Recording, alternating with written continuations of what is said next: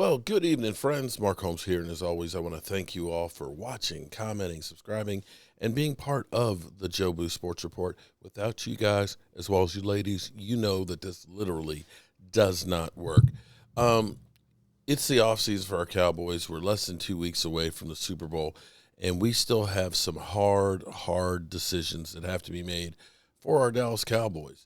And so I'm going to start a new section here, and we're going to call it Should I Stay or Should I Go?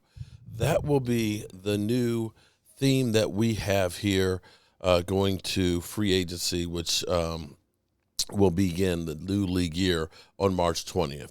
The Dallas Cowboys have 21 free agents, guys that, we have to decide if we think they're going to stay here or not and how we're going to pay for them. If we look up here in the corner, you'll see that red number up there of $21.689 million over the cap. Now, we do know that Dak Prescott's going to be restructuring his contract. Basically, it's not that he's giving any money back, so don't, I know people are going to say, see, he's a team player. It's got nothing to do with being a team player. It's basically accounting, okay? It's just one way to hide money from the tax man, okay? He's still going to get the same amount of money in the end.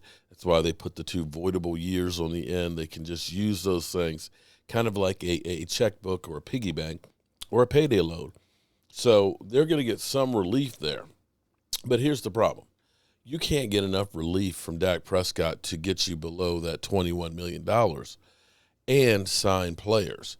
We all think, oh, they're going to take a home team discount. And I don't know why any player would take a home team discount because they are always one play away from being crippled, one play away from being retired, one play away from their lives changing.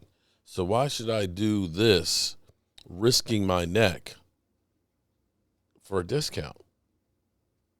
I'm not mad at players for going out and getting as much money as they can. I've seen too many lives that have been ruined playing football. So be that as it may, you may have a different philosophy. Maybe you take less money at your job, and, by all rights, way to go. Take one for the company, because they'll definitely take one for you. Or is it take one from you? So today we're going to start out with Randy Gregory, because here's where the Cowboys got him on the dirt cheap, because of his circumstances. He literally didn't make jack. I believe it was a little around $1.5 million. And now the question is, what will Randy Gregory's number be out there on the free agent market? Because this is the bottom line. What is he player worth? Now, if we look at Randy Gregory's stats, let me go ahead and change that up for you guys here. Randy Gregory, this year, of course, was the first year that he was able to play a full year because they've changed the rules. He was only able to play 12 games because of COVID and injuries and things like that. He played 12 games, in which case he had 6 sacks, 19 combined tackles, 15 solos, 4 assists, 4 tackles for loss, 17 quarterback hits. So if you were to equate that out to a 17-game season, that would be 27 combined tackles, 21 solo tackles, 6 tackles for loss, 8.5 sacks, and 24 pressures, which is not bad. It's not bad at all. The question is, how does Randy Gregory fit into the cap situation here where we are having 21 free agents and negative $21 million? Well, if you deem him necessary, to return, then you have to say, okay, what is he worth? So going through, and let's pull up edge rushers money. JPP got $12.5 million to go to Tampa. Had 2.5 sacks this year. $12.5 million for 2.5 sacks. You have to say Randy Gregory is better than Jason Pierre-Paul at this point in his career. Yeah, I don't see how you say he's not. Danielle Hunter, I believe he had 9 sacks this year. which is probably about where you would look at, again, if Randy Gregory played a full season, that would have been about 8.5 sacks. And knowing that this is the first year that Randy Gregory has not been suspended and was eligible to play all those games, you got to look at that and say he's somewhere right there around Darrell Hunter. Leonard Floyd, $16 million. I think he's like 6 sacks or so. So you got a range of about, say, 12.5 to about $16.5 million. Edge rushers are hard to find. The question you have to ask yourself is, can the Cowboys replace him with some of the guys that are on the field? Can the Cowboys say, we keep D-Law, we let Randy Gregory go, and we use Micah Parsons on the edge? That's a possibility. Of course, then you're going to need more linebackers. Or do you look at it from the standpoint and say maybe it's D-Law? Well, that's another question altogether, whether he should stay or should he go. But the thing is, I don't have the answer on this. I don't have the answer because the Cowboys are going to have to do a whole lot of finagling to be able to sign somebody like Randy Gregory. Because if you do sign Randy Gregory, and let's say it is that $12.5, $13.5, $14.5 million contract, yes, you can kind of, backload some of that money and make that first year really team friendly, but you're still going to take probably at least a $5 million hit on any deal you make. I would imagine that he would probably get like a 3-year, say, $38 million deal, somewhere around that neighborhood. You think about Robert Quinn, who got that $70 million contract, although he did have 13 sacks that season for us.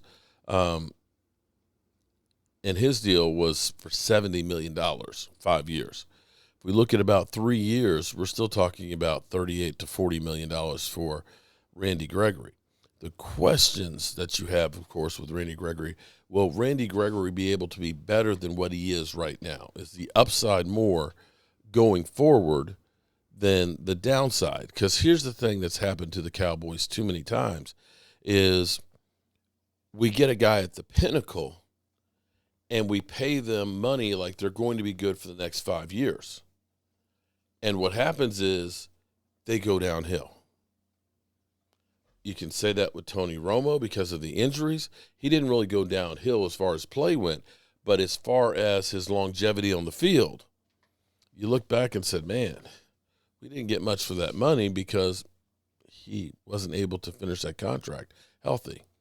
You could look at somebody like, say, Marion Barber that we paid when he was at his pinnacle. They made him the highest paid running back there for a moment and proceeded to drop off the mat and never finish his contract.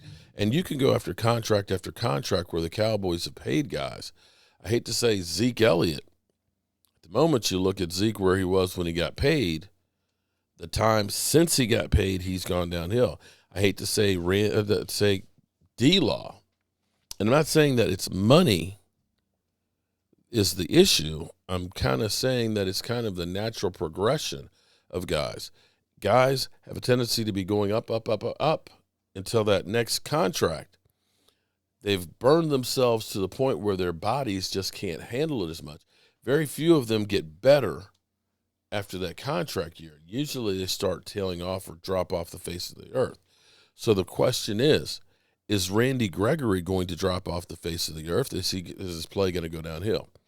The thing that I would say that would be hopeful for Randy Gregory is because of the amount of suspensions that he's had, that his body has not had a lot of wear and tear on him. So he is older as far as age goes in years, but in football years, he's still pretty young. You could really look at him and say this would be like his 3rd season in the NFL as far as the games he's played. And you probably could also say that because he has had so little training camp, this is the first time he's actually been able to go through training camp since his rookie year, that his upside may be better. And this may be a case of you say, yeah, I think I want to roll the dice and get Randy Gregory signed. Now, Randy Gregory may be one of those ones that said, the Cowboys stuck with me through my ups and downs, and problems that I had in the NFL, and this is where I really want to be, and look at it and say, I'll take, a little bit less and sign a deal with Jerry than going out on the free agent market. But I think the reality is that he is somewhere between that $12.5 and $16 million kick. And with so many contracts that we have already that are big, the only way you can do that one is you're going to need to be letting some other people go. So that's my thoughts on it. I'm not going to give you my opinion. I'm just kind of letting you know where they stand as far as in the NFL, as far as their cap, how they fit into the situation. You definitely need pressure on the quarterback.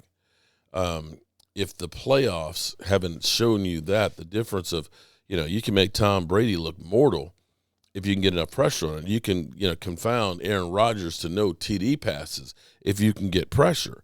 So pressure is the key to end of your woes, without a doubt. But you still have to be able to fit that money into the cap.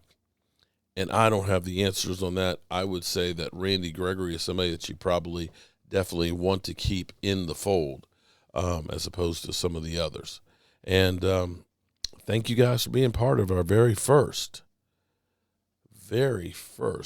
Should I Stay or Should